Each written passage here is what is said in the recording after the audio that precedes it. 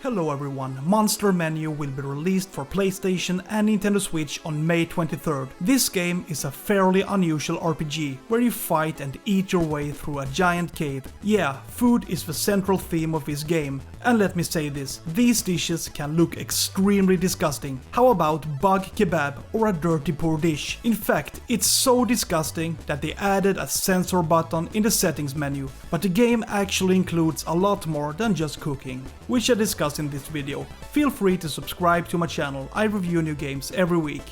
So let's start by discussing the shape of the game. Monster Menu can basically be described as an SRPG, which I partially agree with.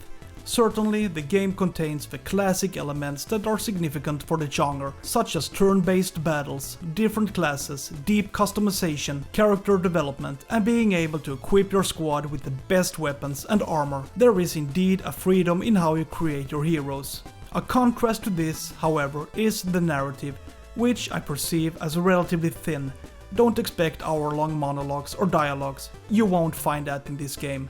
In other words, it is other aspects that take center stage. But to summarize the story, it's about how your character gets lost in a dungeon and has to find an exit, which will turn out to be easier said than done. Sometimes you get to read a few lines of text about what's going on. It's usually not more than that. So on that note, I would like to point out that this game breaks what usually defines a typical RPG. That is, where the spoken and written narrative is a vital and large part of the game's design. In this game, it's the opposite. It's about the gameplay. However, there are features from other genres. For example, there is a clear survival aspect. If you don't eat regularly, you will die. So the objective is to survive in an inhospitable environment and to ensure that your heroes have received the nutrition they need. I would also like to say that it's somewhat reminiscent of a roguelite. Of course, this is not a roguelite, but there are some things that are similar. The setup of the game is to get through a number of floors and then fight a boss. The procedure is then repeated. If you die, you start over. You lose your current level and your stats are reset, but you keep things like weapons, armor, and some things you found along the way. Depending on how far you have come, you sometimes also reach checkpoints. But then it can be good to know that your character is level 1 and the enemies will be much tougher, to the point that they sometimes one-shot you, if you are unlucky. So in summary, I would like to say that this game is a mashup, an SRPG with traces of survival and roguelite.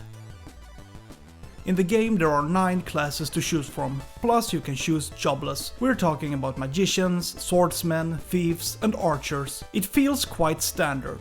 No surprises actually, although the different classes can prove to be of great importance in battle, as both distance and type of attack can be decisive for whether you will win. But once you've chosen your men, you can't change your mind, so there may be a relevance to thinking through your choices and putting together a team that you think will survive, because this is a very long game and may require several hours to complete, or rather, days.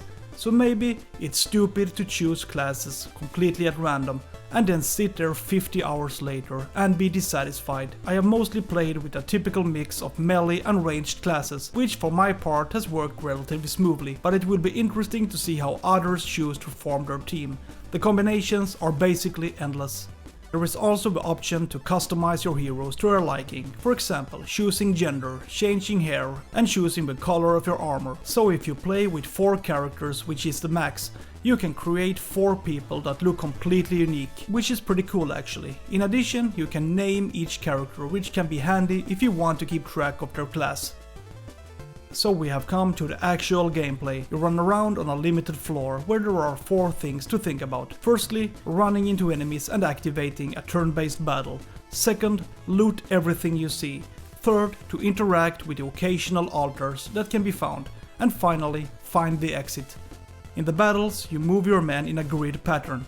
It can be an advantage to get behind the enemy, because then you do more damage. There are 3 types of enemies: regular, elite and unique, and how often the tougher enemies appear depends partly on the difficulty level you choose: easy, normal, hard or nightmare. The higher the difficulty level, the more tougher enemies you face. but after testing the different difficulties, I have to say that sometimes it feels a bit unbalanced. I noticed that when you play on easy, it was very forgiving to kill most enemies. The strong enemies were few, and I was tricked into thinking that this is as easy as it gets. But when I met a more powerful enemy, I was taken by surprise. I was immediately one-shotted. The difference between regular enemies and elite enemies is quite large, to the point that I was surprised by how hard they hit. But I also want to be humble and say that it's a learning curve. It's absolutely possible to eliminate difficult monsters by playing tactically and positioning yourself in the right places. In addition, you can get the upper hand in battle if you run into the enemy from behind. This because you will then be the first to attack. But in general, the fights are what you can expect.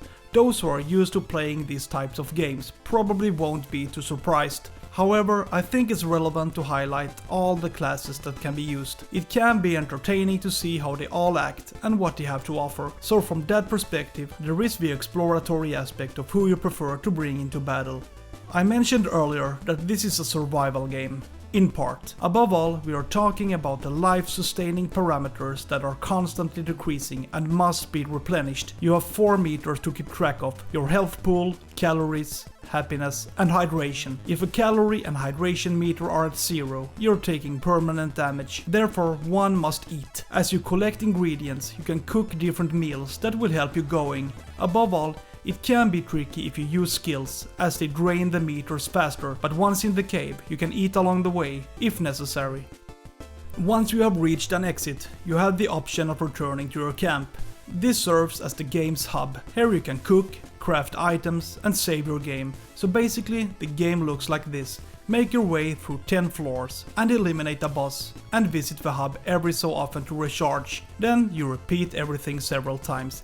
It can seem repetitive, and that's exactly what it is. This is a pretty grindy game, where you really only have to do a couple of things, but still there is a lot to think about. Sometimes you find weapons and armor, so relatively often you have to replace the worse with something better. You have to upgrade your items to get better stats, but also disassemble things you won't use. At the same time, you have to cook all meals and explore different ingredients to bring out perfect attributes. These are aspects that I find quite entertaining, especially when you discover the benefits of certain food. Certain things you eat can give you an extra level, and other dishes raise your stats significantly.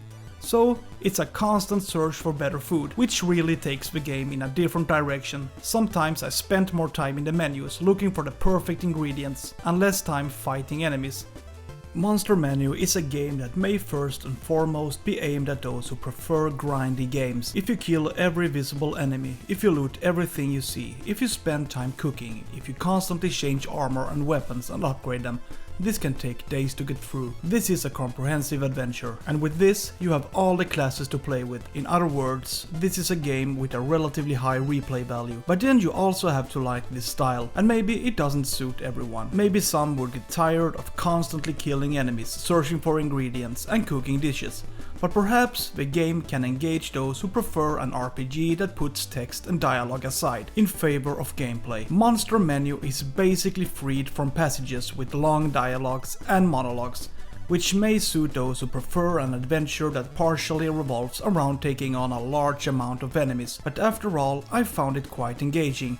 There is still a lot to take into account here, especially when it comes to character development, to become really strong over time, get better equipment and cook better food. Overall, I could see how much I progressed in the game, which is perhaps one of its assets, that the longer you play, the stronger you become from all its aspects. I would also like to add that the settings menu is relatively simple, but covers the most important things, such as camera rotation, being able to lock the map, and skipping repeating animations. I also want to point out that the game is relatively stable. I did happen to have a game lock up, but since there is an autosave feature, I didn't have to replay very much. The frame rate feels generally solid as well. At least there is nothing that interferes with the gameplay itself, regardless of whether it is fighting enemies or bosses or cooking food. It flows well. Possibly the price may deter some as it's set at $50, but I still want to point out that this is a game that fans of RPGs should probably have in their collection. It's a little different, not very text heavy, but focuses on the gameplay and takes quite a while to get through. Feel free to subscribe to my channel. I review new games every week. Have a great day. See ya!